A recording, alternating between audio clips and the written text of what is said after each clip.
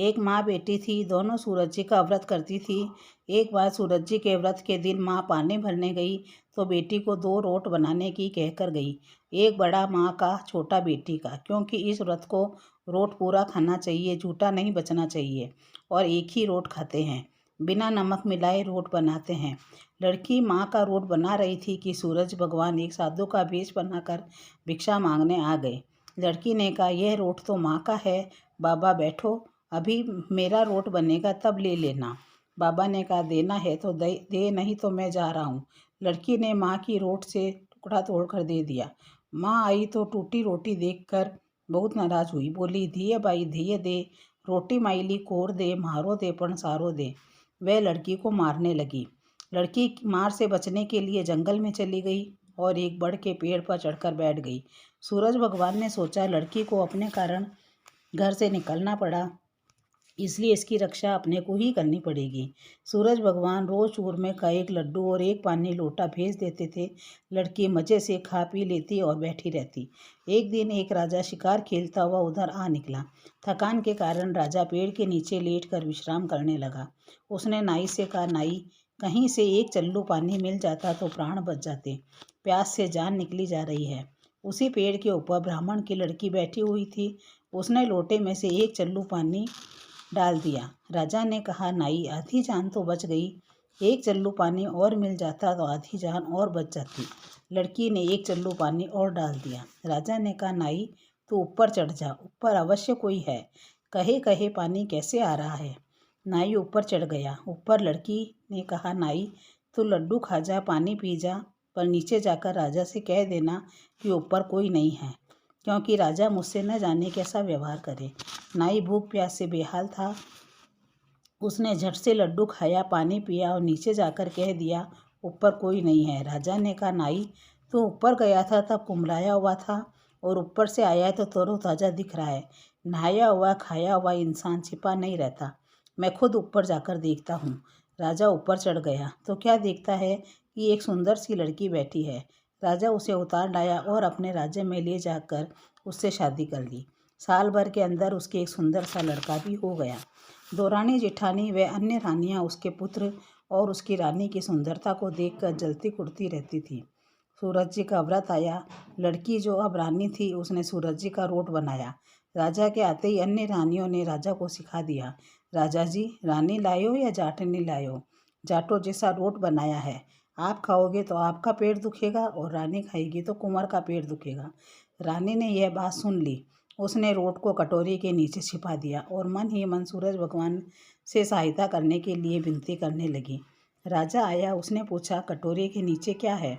रानी ने कहा, मेरे बोदे से पीहर की बीदड़ी आई है, यानी कि मेरे गरीब पीहर से गिफ्ट आया है।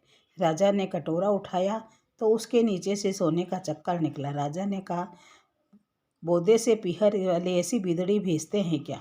कुछ दिन बाद की बात है। रानी खिड़की से बाहर की तरफ देख रही थी। उसने देखा उसकी माँ छाछले बेच रही थी। बेटी ने यह सोचकर उसे बुला लिया कि माँ को सुख से रोटी मिल जाएगी। इतने नौकर चाकरों के बीच में वह भी पड़ी रहेगी और किसी को पता भी नहीं लगेगा कि वह उसकी माँ है। किंतु वह तो आते ही फिर वही बात दोहराने लगी, बेटी मुझे रोटा दे, मेरा रोटा दे, पर साबुत रोटा दे। रानी ने सोचा, इस तरह तो सबको मालूम हो जाएगा कि यह मेरी माँ है, तो देवरानी जेठानी मेरी हंसी उड़ाएगी। उसने माँ को एक कोठे में बंद कर दिया और ताला लगा दिया। राजा के आते ही देवरानी जेठानी ने कहा, राजा जी, रानी लाए हो या डाकण भूतनी लाए हो? आज एक औरत महल में घुसी थी पर बाहर नहीं निकली। रानी ने सुन लिया और सूरज भगवान से प्रार्थना करने लगी, हे भगवान, इस विपत्ति से तुम ही बचाना। राजा ने आते ही कोठे की चाबी मांगी। रानी ने दे दी। कोठा खोला तो उसमें एक सोने की मूर्ति मिली। राजा ने पूछा, यह मूर्ति कहाँ से आई? रानी ने कहा, मेरे गरीब पीहर की भेंट है। राजा ने कहा, तेरा गरीब पीहर ऐसी कीमती भेंट भेजते हैं, हमें तो नहीं बुलाते, मुझे मेरा ससुराल देखना है। रानी ने फिर सूर्य भगवान से प्रार्थना की। सूर्य भगवान ने कहा, भाई, मैं राजा को सवा पहर का ससुराल दिखा दूंगा, इसके बाद मुझे मेरी नगरी में उजाला करने जाना होगा। सूर्य भगवान भाई बनकर बुलाने आ गए। सूर्य भगवान ने जंगल में माया नगरी बसा दी। रानी और राजा को वहाँ ले जाकर रखा। नौकर चाकर, महल झरोखे, भाई भतीजे सब माया से बना दिया। दाल बाटी चूरमे की रसोइयाँ बन रही थी। खाना खा पी कर रानी ने कहा, राजा जी घर चलो, कुंवर का पेट दुख रहा है। उसने चुपके चुपके कुंवर की चुटकी काटनी शुरू की। बच्चा रोने बिलखने लगा, पर राजा जाने को तैयार ही नहीं हुआ। कहने लगा, रानी ऐसे सासरे का आराम सुख तो लेने दो। सूर्य भगवान ने चुपके से रानी को कहा, बाई मेरा समय पूरा हो गया, मुझे मेरी नगरी में जाना होगा, तुम तुम्हारे घर जाओ। रानी ने मुश्किल से किसी प्रकार राजा को मनाया। सूर्य भगवान ने बहुत सा गहना कपड़ा देकर राजा रानी को विदा किया। आगे जाकर राजा बोला, नाई मैं तो मेरी धोती और एक पाँव की जूती भूल आया हूँ, जा जाकर लिया। रानी ने कहा, ससुराल से इतना गहना कपड़ा मिला है, उस पुरानी सी धोती को खो जाने दो। रानी डर रही थी कि माया नगरी समाप्त हो चुकी होगी, नाई अगर जाएगा तो भेद खुल जाएगा।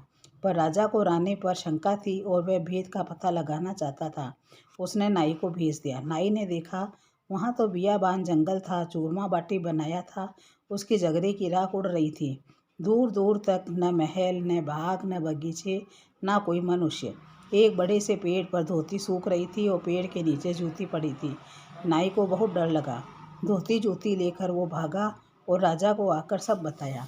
राजा ने तलवार निकाली, रानी से पूछा, सच सच बता क्या माजरा है। रानी ने सब कुछ सच सच कह सुनाया। इस प्रकार सूर्य भगवान के व्रत से ब्राह्मण की कन्या को राज सुख योग प्राप्त हो गया। जैसा सुख उसे मिला वैसा कहानी कहने वाले, सुनने वाले, हुकारा भरने वाले सभी को प्राप्त हो।